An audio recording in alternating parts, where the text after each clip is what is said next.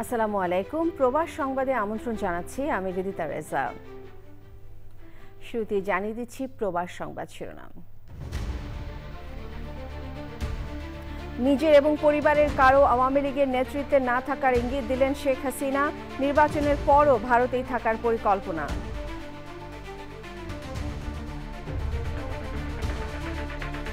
বেসরকারি রিক্রুটিং এজেন্সিগুলো নিবন্ধন আবেদনের সময়সীমা 7ই নভেম্বর। পূরণ করতে হবে 10টি মানদণ্ড।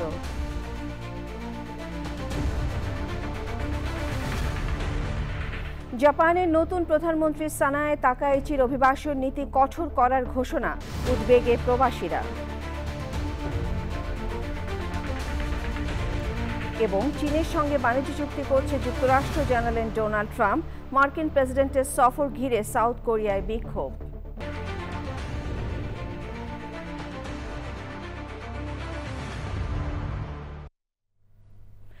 সংবাদ শিরোনামগুলো জানাচ্ছিলাম। এখনকার এই সংবাদ আয়োজন একই সঙ্গে চ্যানেলের ইউটিউব চ্যানেল এবং চ্যানেলের ওটিটি প্ল্যাটফর্ম আইস্ক্রিনের লাইভ স্ট্রিম হচ্ছে। ক্ষমতাচ্যুত প্রধানমন্ত্রী শেখ হাসিনা আন্তর্জাতিক সংবাদ মাধ্যম রয়টার্সকে দেওয়া এক সাক্ষাৎকারে বলেছেন, তিনি বা তার পরিবারে কেউ আর আওয়ামী লীগের নেতৃত্বে নাও থাকতে পারেন। আপাতত ভারতেই থাকার পরিকল্পনার কথা জানিয়েছেন তিনি। সাক্ষাৎকারের বিস্তারিত জানাচ্ছেন রোকসানা আমিন। ছাত্র জনতার অভ্যুত্থানে 2024 সালের 5ই অগস্ট ক্ষমতাচ্যুত হওয়ার পর দেশ ছেড়ে যান শেখ হাসিনা। তখন থেকে ভারতের রাজধানী নয়াদিল্লির গোপন এক জায়গায় অবস্থান করছেন তিনি। জুলাই অগস্টে গণহারে মানুষ হত্যাসহ বিভিন্ন অভিযোগে তার দল আওয়ামী লীগের রাজনৈতিক কার্যক্রম দেশে নিষিদ্ধ রয়েছে। তবে সময় সময় অনলাইনে দলীয় ফোরামে নিজের চেহারা না দেখিয়ে বক্তৃতা করেছেন তিনি। এই প্রথম তিনি কোনো গণমাধ্যমের সঙ্গেও কথা বললেন। ইমেইলের মাধ্যমে রয়টার্সকে দেয়া সাক্ষাৎকারে রাজনীতিতে তার ও তার পরিবারের ফেরা এবং বাংলাদেশের ভবিষ্যৎ ও বর্তমান রাজনৈতিক পরিস্থিতি নিয়ে কথা বলেছেন শেখ হাসিনা। রাজনীতিতে বা দলের নেতৃত্বে তিনি বা তার পরিবারের কেউ নাও থাকতে পারে বলে সাক্ষাৎকারে জানিয়েছেন তিনি। শেখ হাসিনা রয়টার্সকে বলেন, এটা তাঁর বা তার পরিবারের ব্যাপার নয়। বাংলাদেশ যে ভবিষ্যৎ চায় তা অর্জন করতে হলে সাংবিধানিক শাসন ও রাজনৈতিক স্থিতিশীলতা ফিরিয়ে আনতে হবে। কোনো একক ব্যক্তি বা পরিবার দেশের ভবিষ্যৎ নির্ধারণ করতে পারে না। দেশে ফেরার আগ্রহ প্রকাশ করে শর্ত হিসেবে বৈধ সরকারের অধীনে সংবিধান ও আইনের শাসনের কথা বলেন তিনি। তবে আওয়ামী লীগকে বাদ দিয়ে নির্বাচনের মাধ্যমে গঠিত কোনো সরকারের অধীনে দেশে ফিরবেন না বলেও জানিয়েছেন ভারতে পালিয়ে থাকা শেখ হাসিনা। তার দল নিষিদ্ধ থাকার বিষয়ে তিনি দাবি করেন, আওয়ামী লীগের ওপর নিষেধাজ্ঞা কেবল অন্যায় নয়, এটি আত্মঘাতীও বটে। জুলাই অভ্যুত্থানে সহিংস দমনপীড়ন ও আওয়ামী লীগ শাসনামলে গুমসহ বেশ কয়েকটি অভিযোগে শেখ হাসিনার বিরুদ্ধে আন্তর্জাতিক অপরাধ ট্রাইব্যুনালে মানবতাবিরোধী অপরাধের মামলা চলমান রয়েছে। আদালতের আদেশ রয়েছে, শেখ হাসিনার বিদ্বেষমূলক বক্তব্য গণমাধ্যমে প্রচার করা যাবে না। রোকসানা আমিন, চ্যানেল আই। বিদেশে কর্মী পাঠাতে ইচ্ছুক দেশের বেসরকারি রিক্রুটিং এজেন্সিগুলোকে নিবন্ধনের জন্য 7 নভেম্বরের মধ্যে আবেদন করতে বলেছে প্রবাসী কল্যাণ ও বৈদেশিক কর্মসংস্থান মন্ত্রণালয়। এই নিবন্ধন প্রক্রিয়ায় অংশ নিতে আগ্রহী এজেন্সিগুলোর জন্য 10টি মানদণ্ড ঘোষণা করা হয়েছে। বিস্তারিত আমিনা রহমান শুক্তির রিপোর্টে। প্রবাসী কল্যাণ ও বৈদেশিক কর্মসংস্থান মন্ত্রণালয় নির্ধারিত বেসরকারি রিক্রুটিং এজেন্ট সিলেকশন মানদণ্ডগুলো হল, লাইসেন্স প্রাপ্তির পর ন্যূনতম 5 বছর কার্যক্রম পরিচালনার অভিজ্ঞতা থাকতে হবে। বিগত 5 বছরে বিদেশে কমপক্ষে 3000 কর্মী প্রেরণের প্রমাণ থাকতে হবে। সেই সাথে প্রয়োজন 5 বছরে অন্তত 3টি দেশে কর্মী প্রেরণ ও কর্মসংস্থানের অভিজ্ঞতা। প্রশিক্ষণ, মূল্যায়ন, নিয়োগ ও বিদেশে কর্মসংস্থানের বিষয়ে বাংলাদেশের সংশ্লিষ্ট সব কর্তৃপক্ষের বৈধ লাইসেন্স থাকতে হবে। রিক্রুটিং এজেন্সির অনুকূলে কর্মী প্রেরণকারী দেশের যথাযথ কর্তৃপক্ষের দেওয়া সদাচরণের সনদও থাকতে হবে। এজেন্সির বিরুদ্ধে জোর করে শ্রমে নিয়োগ, মানব পাচার, শ্রম আইন লঙ্ঘন, জোরপূর্বক অর্থ আদায়, অর্থ পাচার বা অন্য কোনো আর্থিক অপরাধ এবং অনৈতিক অভিবাসন কর্মকাণ্ডে জড়িত থাকার রেকর্ড থাকতে পারবে না। সামগ্রিক সুবিধাসহ রিক্রুটিং এজেন্সির নিজস্ব প্রশিক্ষণ ও মূল্যায়ন কেন্দ্র থাকতে হবে, যেখানে আবাসন ও কারিগরি প্রশিক্ষণ সুবিধাসহ দিক নির্দেশনা মডিউল থাকবে। এজেন্সির অনুকূলে 5 জন আন্তর্জাতিক নিয়োগ কর্মকর্তার দেওয়া সন্তোষজনকভাবে অভিবাসন কার্যক্রম সম্পাদনের প্রশংসাপত্র থাকতে হবে। রিক্রুটিং এজেন্সির 3 বছর ধরে পরিচালিত কমপক্ষে 10,000 বর্গফুট আয়তনের একটি স্থায়ী অফিস থাকবে, যেখানে থাকতে হবে কর্মী বাছাই ও নিয়োগ কার্যক্রম পরিচালনার মতো অবকাঠামোগত সুবিধা। বিদেশে কর্মী প্রেরণের ক্ষেত্রে গন্তব্য দেশের নিয়োগ প্রক্রিয়ার শর্ত আইনসম্মত ও পদ্ধতিগতভাবে অনুসরণ করার প্রমাণ রিক্রুটিং এজেন্সির অবশ্যই থাকতে হবে। Amina Rahman Supti, channel I. দায়িত্ব নেওয়ার পরপরই অভিবাসন নীতি কঠোর করার ঘোষণা দিয়েছেন জাপানের প্রথম নারী প্রধানমন্ত্রী সানায়ে তাকাইচি। তার এই ঘোষণায় প্রবাসীদের মধ্যে উদ্বেগ দেখা দিয়েছে। এ বিষয়ে জাপান প্রবাসী বাংলাদেশিদের ভাবনার কথা জানাচ্ছেন আব্দুল্লাহ আল মামুন।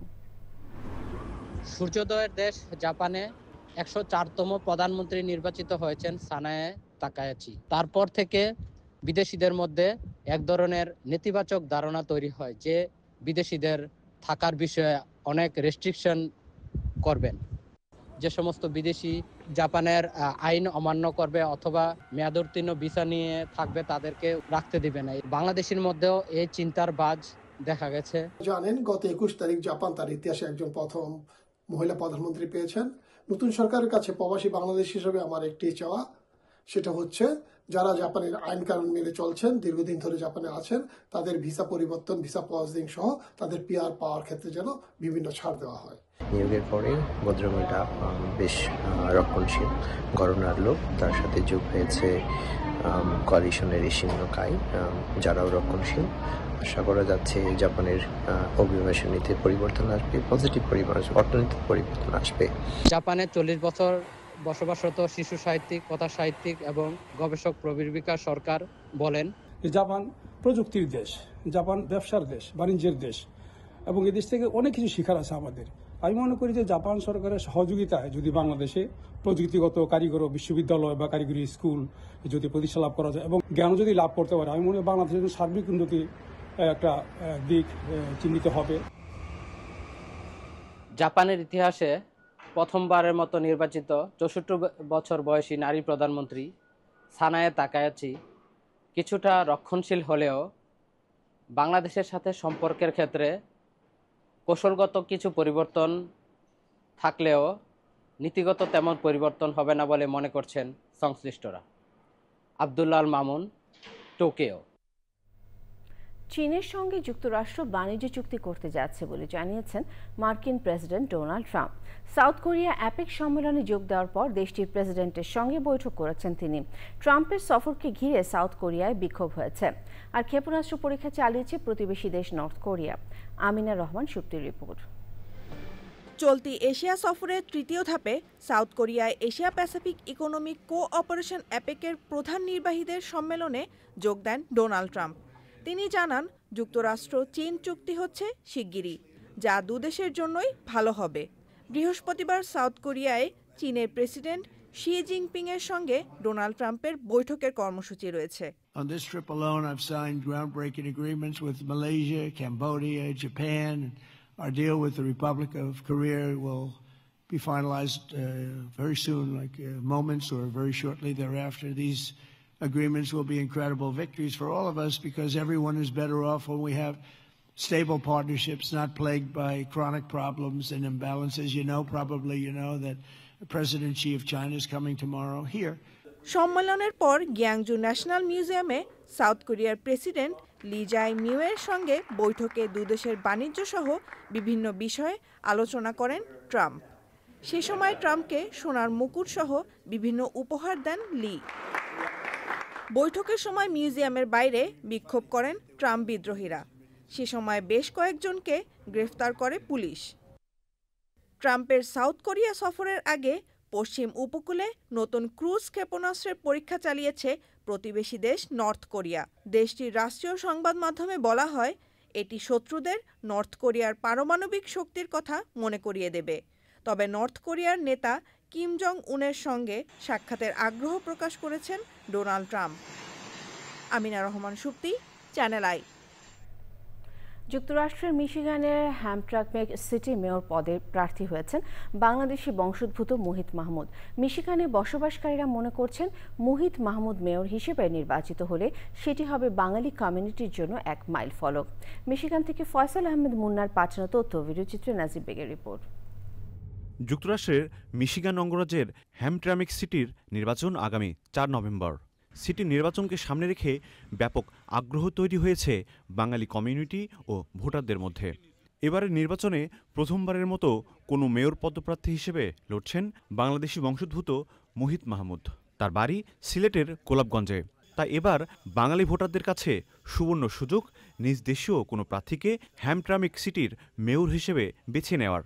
আর মেয়র হিসেবে নির্বাচিত হলে এই প্রথম কোনো বাংলাদেশির নাম উঠবে পুরো উত্তর আমেরিকার ইতিহাসের পাতায়। সবসময় যারা জনগণের পাশে থাকে, সুখে দুঃখে জড়িত, এই ধরনের প্রার্থীকে আমরা আমাদের পাশে থাকতে চাই। আমেরিকা এই ইতিহাস আমরা এবার সৃষ্টি করব এবং ভবিষ্যৎ প্রজন্ম এখানে আমাদের বাঙালিদের মধ্য থেকে এখানে নেতৃত্ব দেবে। আমরা একত্রিত হয়ে বাঙালি কমিউনিটির এই মেয়র প্রার্থীর জন্য কাজ করতেছি। নির্বাচিত হলে আমরা অল বাংলাদেশি গর্বিত হব। প্রবাসীর মাটিতে আগামী প্রজন্মকে সাহস আর উৎসাহ উদ্দীপনা যোগাতে এবং বাঙালি কমিউনিটির পাশে থেকে ইতিহাস তৈরি করতে চান বর্তমান কাউন্সিলম্যান মেয়র পদপ্রার্থী মুহিত মাহমুদ। আমাদের দেশকে, আমাদের নেক্সট জেনারেশনকে আমরা সামনে নিয়ে যেতে পারি। আমি কমিউনিটি থেকে প্রচুর সাড়া পাচ্ছি। এই সাড়াকে কাজে লাগিয়ে আপনারা বাকি যারা আছেন আপনাকে হেল্প সহযোগিতা করেন আপনাদের ভোটের মাধ্যমে, দয়ার মাধ্যমে, আন্তরিকতার মাধ্যমে, এবং ওখান থেকে আমরা আশা করি একটা হিস্ট্রি আমেরিকায় তৈরি করতে পারব। এছাড়াও দুজন বাংলাদেশি বংশোদ্ভূত কাউন্সিলম্যান আবু আহমদ মুসা চতুর্থবারের মতো এবং নাইম লিওন চৌধুরী তৃতীয়বারের মতো কাউন্সিলম্যান নির্বাচনে লড়ছেন। আমি যদি আবার নির্বাচিত হতে পারি, আমি মানুষের বিশেষ করে ওয়াটার বিল নিয়ে, ইনফ্রাস্ট্রাকচার নিয়ে এবং অন্যান্য যে বার্নিং ইস্যুগুলো আছে সেগুলি নিয়ে আমি কাজ করার চেষ্টা করব। সবাই যদি আমরা একসাথে কাজ করি এবং আমাকে আবারও আপনারা রিএলেক্ট করেন, আমাকে পাঠান, আমি এই শহরটাকে এগিয়ে নেব। যুক্তরাষ্ট্রের নিউ ইয়র্কের পরই মিশিগান রাজ্যে প্রায় 1,20,000 বাংলাদেশির বসবাস। Desk report, channel I. ইটালিতে প্রবাসী বাংলাদেশিদের উপর ধারাবাহিক হামলার প্রতিবাদে রোমে বিক্ষোভ মিছিল ও মানববন্ধন হয়েছে। স্থানীয় সময় সোমবার বিকেলে রাজধানী রোমের তুস্ক্লানা মেট্রো সংলগ্ন এলাকায় এই কর্মসূচি পালন করেন প্রবাসী বাংলাদেশি কমিউনিটির নেতৃবৃন্দ এবং বিভিন্ন সামাজিক সংগঠনের সদস্যরা। বিক্ষোভে অংশগ্রহণকারীরা বলেন, সম্প্রতি ইটালির বিভিন্ন শহরে বাংলাদেশি শ্রমজীবী প্রবাসীদের উপর হামলার ঘটনা উদ্বেগজনক হারে বেড়েছে। তারা প্রবাসীদের নিরাপত্তা নিশ্চিতে কার্যকর পদক্ষেপ নিতে বাংলাদেশ ও ইটালি সরকারের প্রতি আহ্বান জানিয়েছেন।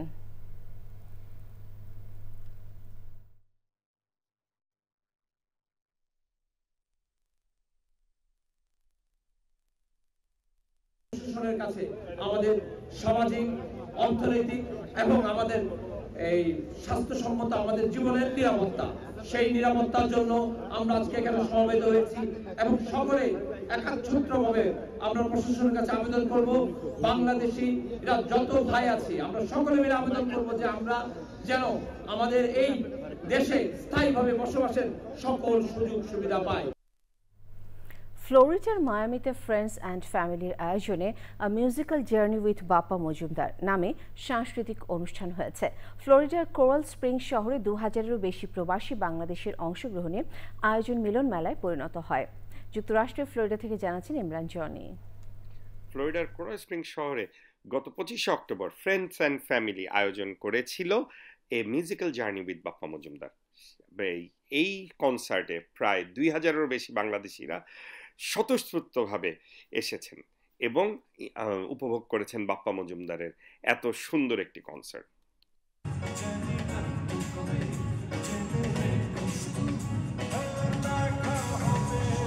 বাপ্পা মজুমদার ছাড়াও এই অনুষ্ঠানে অংশগ্রহণ করেছিল অনেকজন স্থানীয় শিল্পী। তার সাথে শিশু শিল্পীদের পরিবেশনা ছিল সবচেয়ে মনোমুগ্ধকর। সেরকম জমজমাট হয়েছে। বাপ্পাদা তো সচরাচর আমাদের অনেক ফেভারিট। অসাধারণ অসাধারণ, অনেক সুন্দর আয়োজন, আর বাপ্পাদা তো সবারই খুব জনপ্রিয়, খুবই সুন্দর হয়েছে প্রোগ্রাম। ভীষণ সুন্দর হয়েছে প্রোগ্রাম এবং আমরা ভীষণ আনন্দ করেছি, গান শুনেছি, খাওয়া দাওয়ার আয়োজন আছে, শপিংয়ের আয়োজন আছে, আমরা ভীষণ আনন্দ করেছি সবাই মিলে। অনুষ্ঠান খুব সুন্দর হয়েছে, আয়োজন অনেক সুন্দর। তার গান আমরা আগেও শুনেছি, আজকে শুনে আমি অনেক মুগ্ধ হলাম। একটি ব্যতিক্রম ধর্মী অনুষ্ঠান হচ্ছে ফ্রেন্ডস অ্যান্ড ফ্যামিলি। তারা এনেছে বাপ্পা মজুমদার এবং স্থানীয় শিল্পী। খুব সুন্দর শো হয়েছে, খুব সুন্দর গান হয়েছে, আমরা এনজয় করছি। আমি কৃষ্ণা তিথি, আমি চ্যানেলের মেয়ে, আপনাদেরই মেয়ে। আজকে ফ্লোরিডাতে এসেছি $4 দিলে। আজকে প্রোগ্রাম হলো ফ্রেন্ডস অ্যান্ড ফ্যামিলির, অনেক বড় আয়োজন আপনারা দেখতে পাচ্ছেন এবং খুব সাকসেসফুল একটা প্রোগ্রাম হলো। আর চ্যানেল আই সবসময় আমাদের সারা বিশ্বে প্রতিটা জায়গাতে, এমন কোনো জায়গা নেই যে চ্যানেল আই নাই। তো আমি মনে করি যে আজ চ্যানেলের সদস্য হিসেবে আমি বাংলাকে রিপ্রেজেন্ট করতে পেরেছি। অনুষ্ঠান শেষে সবার মুখে একটি কথা, যে অনুষ্ঠানটি আমরা আজকে দেখলাম প্রাণ ভরে, এটা ফ্লোরিডা থেকে ইতিহাস হয়ে থাকবে। আমি দর্শকদের এবং এই ভালোবাসার ফ্রেন্ডস অ্যান্ড ফ্যামিলির পক্ষ থেকে সবাইকে ধন্যবাদ জানাবো আপনাদের এই সাপোর্টের জন্য। Imran Johnny, Miami, Florida. কানাডার ক্যালগারির সেন্টার স্ট্রিট এর সেলেস্টিয়া প্রোডাকশন হাউসে অনুষ্ঠিত চিত্রশিল্পী জেরিন তাজের একক চিত্র প্রদর্শনী দেশি বিদেশি দর্শনার্থীদের মন কেড়েছে। প্রদর্শনীতে শৈল্পিক সৃজনশীলতার অপূর্ব রূপ ফুটে উঠেছে। বিস্তারিত কানাডার প্রতিনিধি আহসান রাজীব বুলবুলের রিপোর্টে। ঢাকা বিশ্ববিদ্যালয়ের চারুকলা ইনস্টিটিউটের ছাত্রী ও সাবেক বেঙ্গল ফাইন সিরামিক্সের চিফ ডিজাইনার শিল্পী জেরিন তাজের ডিজাইন করা অনন্য সব তৈজসপত্র ইতিমধ্যে দেশ বিদেশের বাজার, বিশেষ করে ইউরোপ, যুক্তরাষ্ট্র, অস্ট্রেলিয়া সহ নানা দেশে জনপ্রিয়তা পেয়েছে। আমাদের বাংলাদেশিদের মধ্যে ব্যাপক সাড়া ফেলেছে এই প্রদর্শনীটা। আমরা সবাই এরকম একজন বিখ্যাত শিল্পী আমাদের এই শহরে পেয়ে আমরা সবাই গর্বিত ফিল করি। শৈশব থেকেই শিল্পপ্রেম ও প্রতিভার সাক্ষ্য রেখেছেন জেরিন তাজ। চারুকলার দ্বিতীয় বর্ষের শিক্ষার্থী থাকাকালে পোড়ামাটি দিয়ে তার তৈরি শিল্পাচার্য জয়নুল আবেদিনের পোর্ট্রেট এখনো আর্ট ইনস্টিটিউটের জাদুঘরে সংরক্ষিত আছে। শিল্পের বিকাশ নিজের দেশেই, যে যেখানে আছি বিভিন্নভাবে শিল্প চর্চা করে যাচ্ছি। আমরা শাখা প্রশাখা হয়ে বিভিন্ন দেশে ছড়িয়ে যাব, কিন্তু আমাদের রুট থেকে আমরা যেন সরে না যায়। প্রদর্শনীতে শিল্পীর 30টিরও বেশি শিল্পকর্ম স্থান পেয়েছে, যেখানে বাংলাদেশ সহ কানাডার বিভিন্ন প্রাকৃতিক চিত্র ফুটে উঠেছে। সবগুলো অঙ্কনই খুবই সুন্দর হয়েছে এবং আমার সবচেয়ে যেটা ভালো লেগেছে যে জেরিন এই নতুন প্রজন্মকে ছবি আঁকায় উদ্বুদ্ধ করছে, তাদের ছবি আঁকা শেখাচ্ছে এবং তাদের নিয়ে নানান রকম অনুষ্ঠান করছে। প্রতিটি চিত্রকর্মই জীবনের কথা বলে। শিল্পী জেরিন তাজ তার চিত্রকর্মের মাধ্যমে সেটি প্রমাণ করে দিলেন। শিল্পীর কল্পনা শক্তি ও শিল্পের প্রতি আবেগের অপরূপ সৌন্দর্যের সমন্বয় প্রদর্শনীতে আসা দর্শনার্থীদের ভূয়সী প্রশংসা কুড়িয়েছে। প্রযুক্তির এই যুগে মানুষ থেকে সরে যাচ্ছে, হারিয়ে যাচ্ছে মানবিকতা, মানসিকতা। চিত্রশিল্প মানুষের মনে প্রশান্তি আনে, নিঃসঙ্গতা দূর করে, নিয়ে যায় শৈশবে, বাড়ির আঙিনায়। চিত্রশিল্পী জেরিন তাজের এই প্রদর্শনী প্রবাসীদের মনে প্রশান্তি ছড়িয়েছে, উষ্ণতা ছড়িয়েছে, এমনটাই জানালেন এখানকার দর্শনার্থীরা।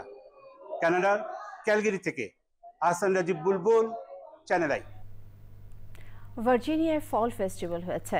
গ্লাসগো মিডল স্কুলে 71 ফাউন্ডেশনের উদ্যোগে হয় বর্নিলে ফেস্টিভ্যাল। অনুষ্ঠানে বাংলাদেশের জনপ্রিয় কণ্ঠশিল্পী আসিফ আকবর ও আতিয়া আনিশা মনোমুগ্ধকর সঙ্গীত পরিবেশন করেন। এছাড়াও দিঠি আনোয়ার ও শোয়েব রহমান সহ স্থানীয় শিল্পীরা গান পরিবেশন করেন। অনুষ্ঠানের সঞ্চালনা করেন কাজী ইসলাম ও তানিয়া আহমেদ। বর্ণাঢ্য এই আয়োজনে খাবার দাবারের স্টলগুলোতেও ছিল দর্শনার্থীদের উপচে পড়া ভিড়।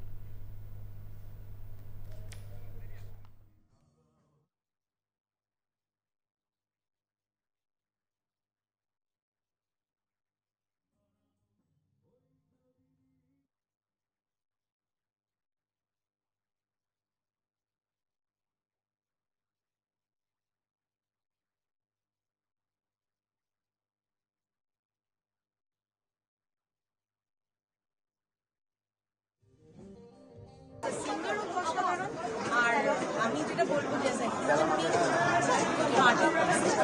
গুড সোল পাওয়া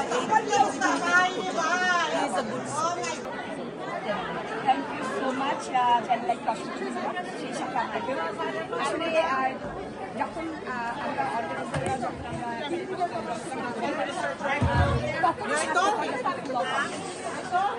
আমার আজকের আসলে প্রোগ্রামের এটাই আমার সার্থকতা। যারা নাকি অংশগ্রহণ ফুটিয়ে তোলার জন্য। সবশেষে প্রবাস সংবাদ শিরোনামগুলো জানিয়ে দিচ্ছি আরও একবার। নিজের এবং পরিবারের কারো আওয়ামী লীগের নেতৃত্বে না থাকার ইঙ্গিত দিলেন শেখ হাসিনা, নির্বাচনের পরও ভারতেই থাকার পরিকল্পনা।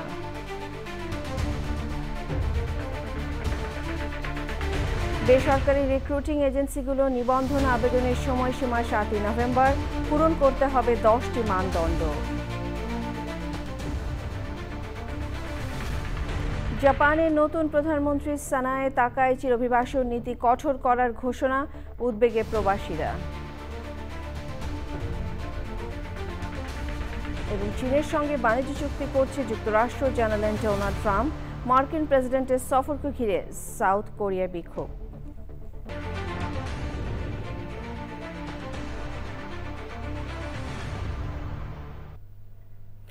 চ্যানেল আই সর্বশেষ সংবাদ জানতে ভিজিট করুন channelionline.com এ। যুক্ত থাকুন আমাদের সোশ্যাল মিডিয়া প্ল্যাটফর্মগুলোর সাথে। এই ছিল চ্যানেল আই প্রবাস সংবাদে। সবাইকে ধন্যবাদ।